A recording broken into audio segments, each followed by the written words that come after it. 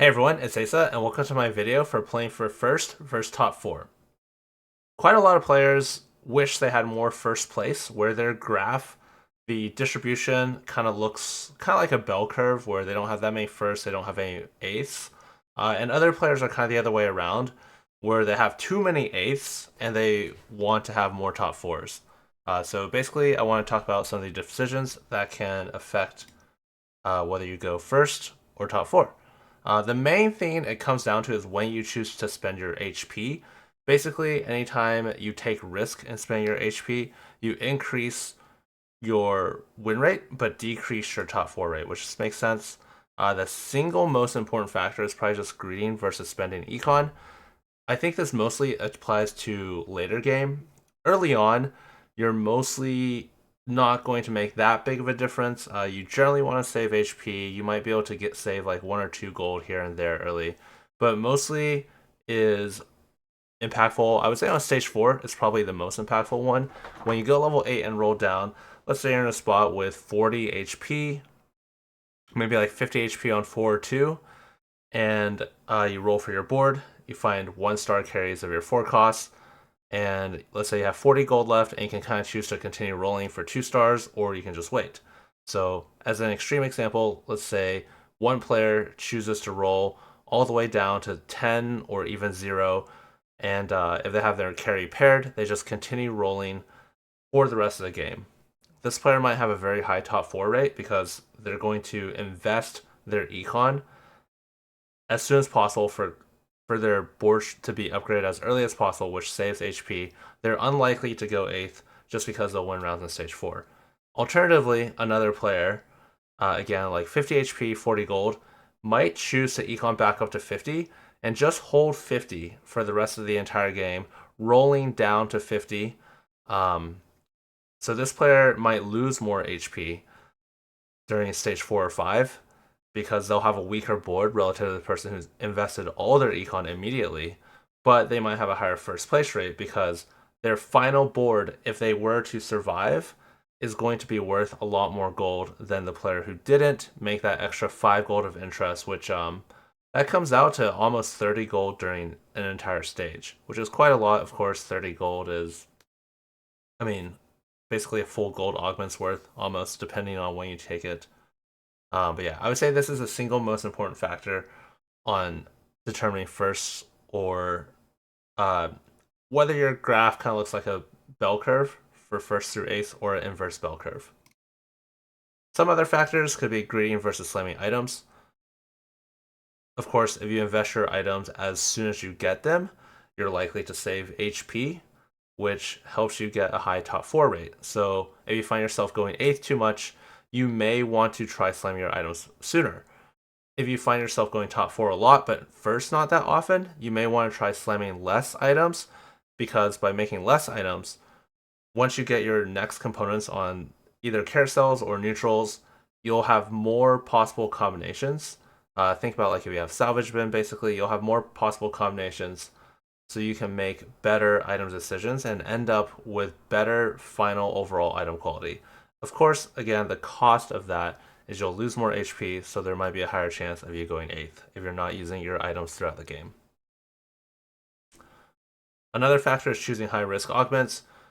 I think this one's pretty straightforward. Some augments, I think like scoreboard scrapper versus calculated loss is a good one. Example, let's say you're kind of debating between both of these on stage 2-1.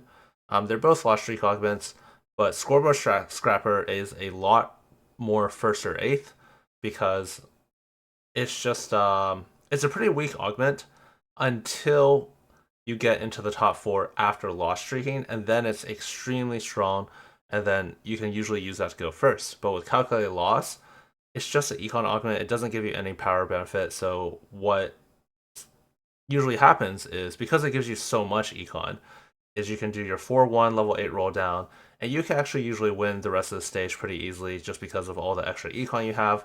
But by the end of the game, when other players have the same board as you, and then they might have a combat augment, such as Swerver Scrapper, against you, then you're usually not going to go first. Whereas you're rarely going to bot 4. Well, I mean, you might with Calculated Loss since you're playing Lost Streak, but compared to Scoreboard Scrapper, you would rarely bot 4. But with Scoreboard Scrapper, you're much more likely to go first, having that extra combat at the end of the game. Some other like pretty obvious examples I feel like is the Crystal Gambit augment. That's one where if you are able to cash it out, you can have a pretty high likelihood of going first, but it's also very risky. You might have to frequently go down to 1 life to try to cash out and take very aggressive fights where you're trying to kill a lot of units without accidentally winning. Some other examples of low risk augments that are much more low risk than calculated loss could be something like 2-Trick, which will just give you a strong board in the early game. It won't give you as much econ as calculated loss, so by the time you get to stage 4, you'll have a weaker board in theory because you have less econ, but you'll have saved a lot of HP in the early game because you'll have such a strong board. The final one here is high risk lines. Crystal Gambit is the obvious one in set 15, which is the lost streak trait, where a lot of times you'll go down to really low HP and then you'll get a cash out, and if it's good, you might be able to leverage having that additional resource over the rest of the lobby in order to go first. But because you're so low HP, you might just take a couple bad fights, be a little bit behind tempo on your roll down, and then die. It's not just that though. There are other lines that are higher risk or less risk. I would say like 1 or 2 cost reroll lines tend to be the lowest risk, just because you're going to be strong in stage 3 almost always with these. Of course, you can low roll, that's always possible. The rest of the lobby can high roll, but generally, you're going to be pretty strong in stage 3 and even stage 4. So you're going to save a lot of HP. You're going to have some power spikes that are fairly guaranteed to hit your 3-star rerolls compared to standard level 8 boards.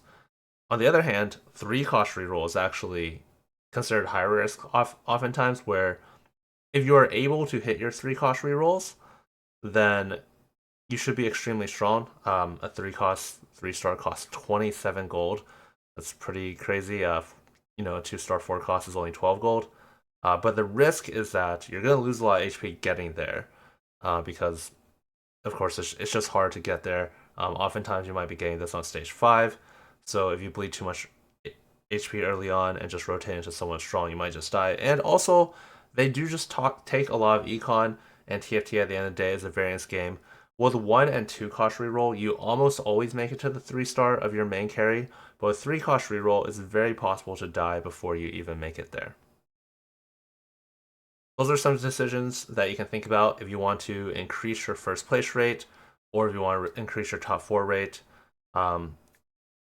Yeah, so if you have any comments or questions, let me know in the Discord, and thanks for watching.